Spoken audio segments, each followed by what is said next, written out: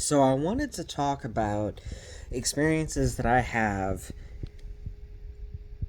not on buses, but waiting for buses. Because yesterday I had a day off and I had to run some errands and go places. And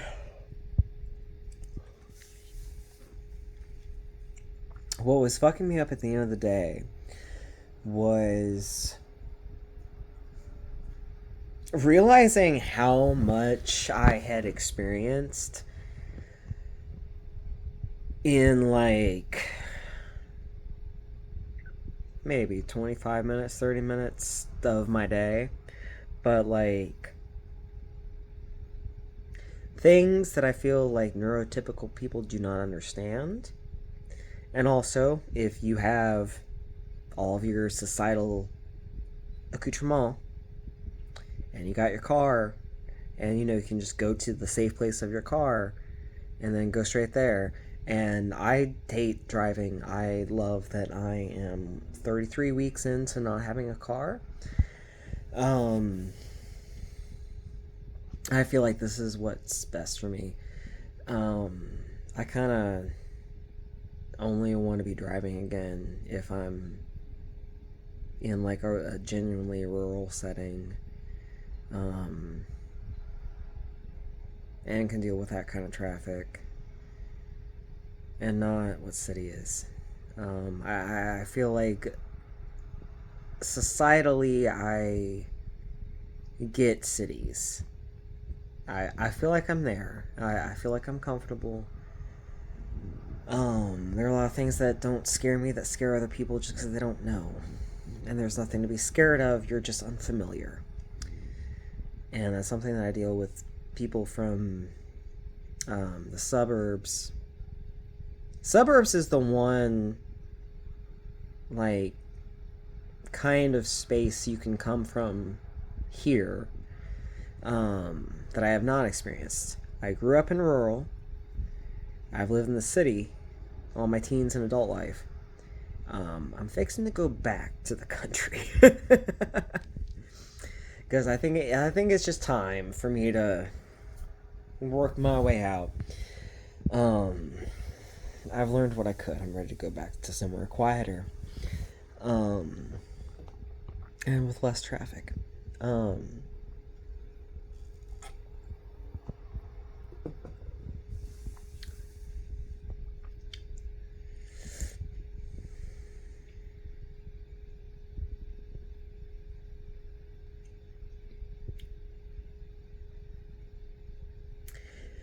so yesterday,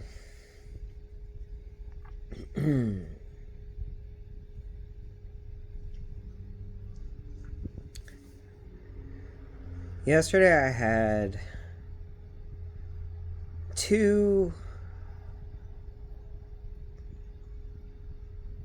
experiences that held gravity and that stayed in my mind and that I really wish that I had someone to talk to about, to just get out of my mind so that I'm not carrying it by myself.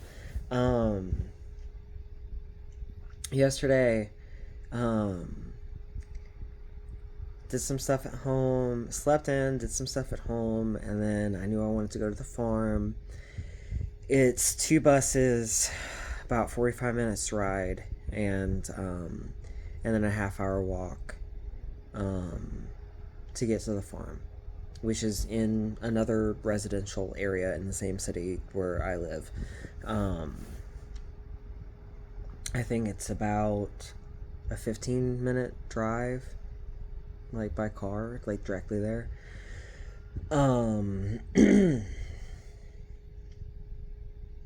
so first I had to walk to the bus stop because I'm on a main drag, like I'm on a main street. Um, but there's only one bus line that runs like on my street and in front of my house. And then to pick up any other bus route, I have to take a 15 to 20 minute walk. So or a 10 to 20 minute walk, because there's another option 10 minutes away, and then the rest of the options are like 15-20 minutes away. So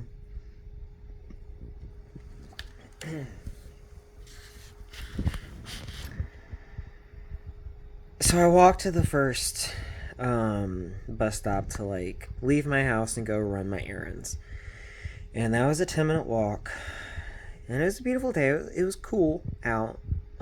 We're in like early spring. Beautiful bright blue sky.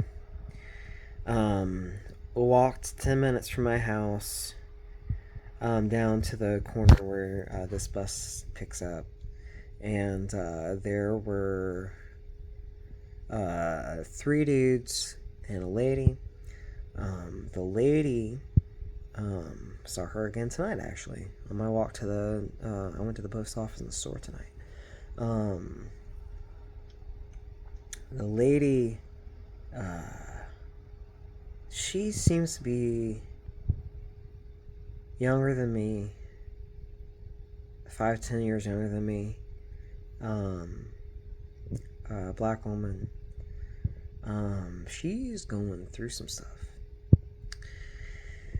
And she's usually just kind of pacing around. Today when I saw her, she was just sitting on the bench, because there's like a nice bench at that bus stop. And she's just sitting there like just watching everything go by, and looking like she felt kind of over it.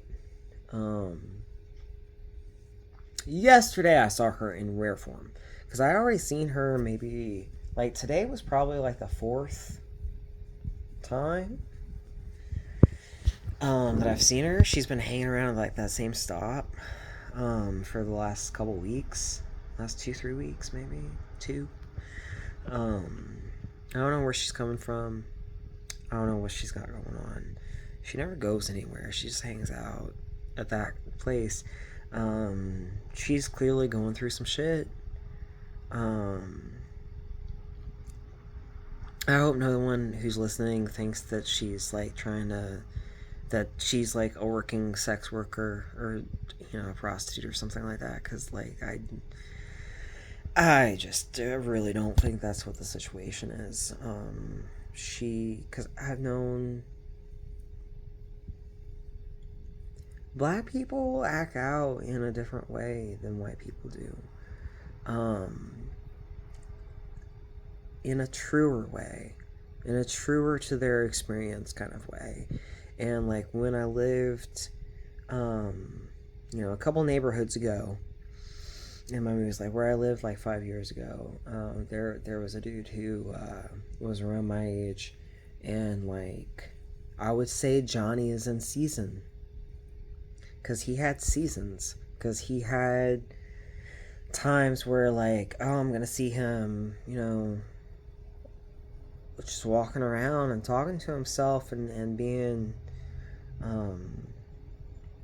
passionate about something that he's passionate about by himself, day and night. And I walked with him and talked with him a couple times. A couple times we walked together to the gas station nearby, and one time I bought him, ice cream and some cigarettes when I was getting ice cream and beer or something like that for myself for at home.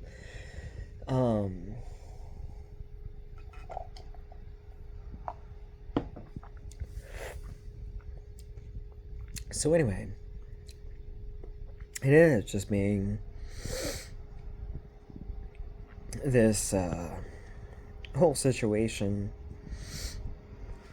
and I say that in a good way,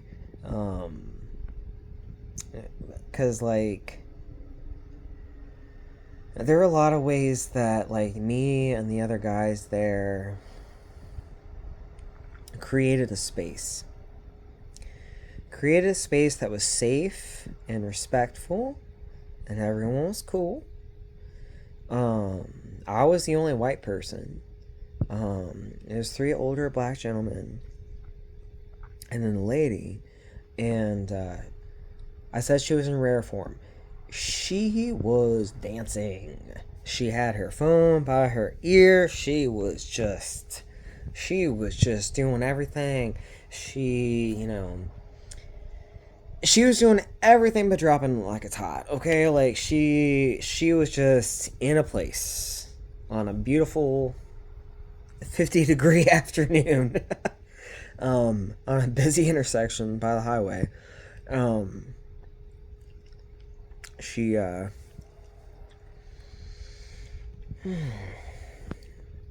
she was dancing, and it was interesting because like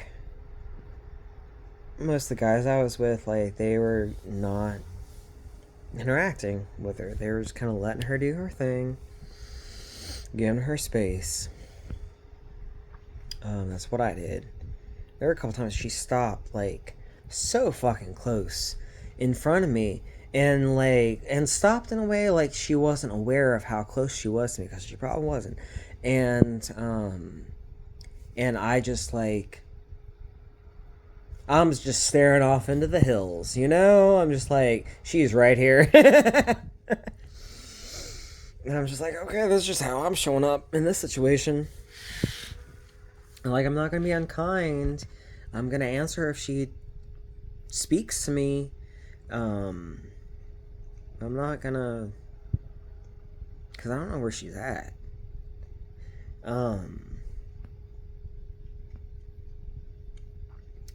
So she was walking up and down, like, probably like a third of a block kind of space, that's like, because it's like right by an interstate, and there's like gas station, there's like bus stop, and it's mostly just a lot of pavement. And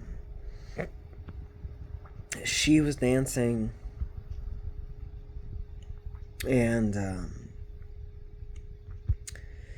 when she turned this one time, I guess she was holding her coat, and I guess like she had change in a pocket or something, and it all went flying, like when she like just randomly, like when she made this turn, and a bunch of quarters like fell on the sidewalk and on the street.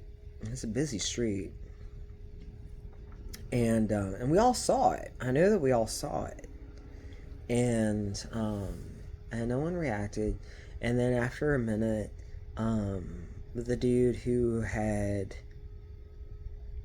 honestly kind of made it a space, because he like talked to me as soon as I walked up, and I was cool with him. And then like after that, I kind of felt like I was cool with the whole situation, you know, like he was one of those, like he was good with that. And but you know, he gave it a minute, and then he just stepped into the road and started picking up her quarters, and like was handing it to her, like he wasn't stealing it or anything, like he was handing it to her, but he was like, someone got to pick up this money. And he started doing it, and I'm in a place where I'm just like watching everything. I'm watching the hill, I'm watching like cars come down the hill, and a car, like he has a minute to be standing on the street like that, but like it very much surpasses the time where, like, you know, cars are coming down, they're gonna have to like change lanes or whatever. And but they have a lot of visibility, right? And this one car comes down, and I'm watching in case something happens, but I'm watching, and this car, like, I don't like how long they took to slow down, because dude wasn't moving, he was picking up coins, and I think everyone else changed lanes. This person didn't. And they finally slowed down. I'm like, okay. And they, like, you know, hugged the lane to the left to go around him. And I'm like, okay, you know, that's acceptable, and I'm keeping track of everything. and just in case anything happens. And I glance up at the driver when he's passing, and it fucked me up that it was a white dude, probably around my age, and he was just leaned over, open mouth, just shouting and just angry. And like, he was in his vehicle by himself, but like, you had to slow down and go around a person so you didn't like hit a person with your car. And you're shouting and you're angry. And also, I'm sitting there thinking, like, you're white. Dude's black. Is that part of it? I'm sitting there just like, what the fuck am I witnessing? And it just made me feel so fucking helpless. And I realized, like, when I decompressed last night, it was like, that was a situation where, like, I saw all the ways that, like, things could have gone differently. And what was helpful for me to take away was, like, things could have gone differently, and they didn't. But I was there for that, and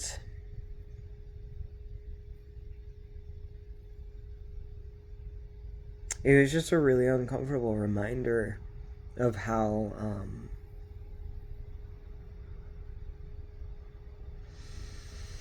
people can be, maybe, I don't know if that was the situation, but like, it looks like it, and you need to at least be aware that it looks like it if you're gonna do shit like that. But it looked like it was kind of like a racially motivated, like, this bastard needs to get off the road, I'm driving here. And then, like, he felt like he was allowed to, like, be angry about it, instead of just getting out of the fucking way like a normal fucking person. Get out of the fucking way. There's someone doing something in the street. Who knows what? It's not your fucking business. Get the fuck out of the way. And then I got on the bus, and that was a weird experience, because I got on the bus, and it was just quiet. And I just opened my book, and I was in, like, this territory that I understood how it worked, and there's safety in that, and it was weird just stepping off from just being awake to everything that was happening on the corner, from seeing that dude being shitty about not hitting a person, and then I got on the bus and it was fine, and then I'm probably gonna have to make another video, but like, on my way home, my last bus interchange going home a few hours later, there's this, like, old little brown dude. I don't know if he was, like, in, like, South Asian. I'm so bad at I'm bad at profiling. I'm bad. He sounded like maybe he spoke a language from, like, South Asia.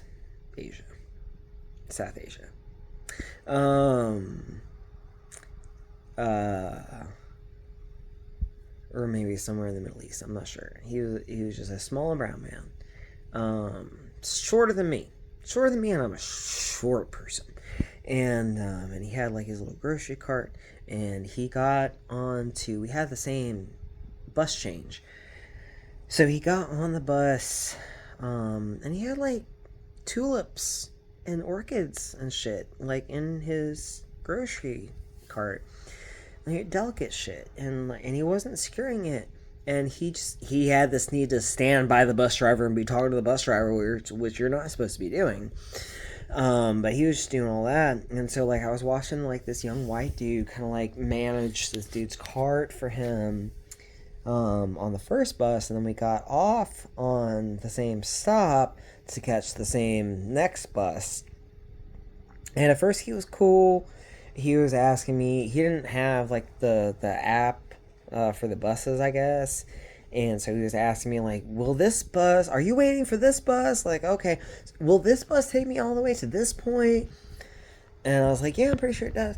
And he was like, "How long does that take?" And I'm looking it up on my phone. I'm just showing it to him. Like, I'm being cool, you know.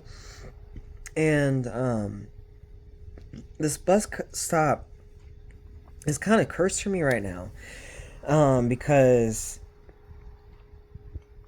maybe 3 or 4 times ago, I witnessed my first fight on the bus happen at this stop, and that was a whole thing. And then this time, this dude's like just trying to like talk a bunch of shit with me. Like he was cool with me. He was cool with me at first. And he was trying to talk all this shit, and like there's a difference between being conversationally hostile, and there's a difference between like I want to do something physically hostile to you. And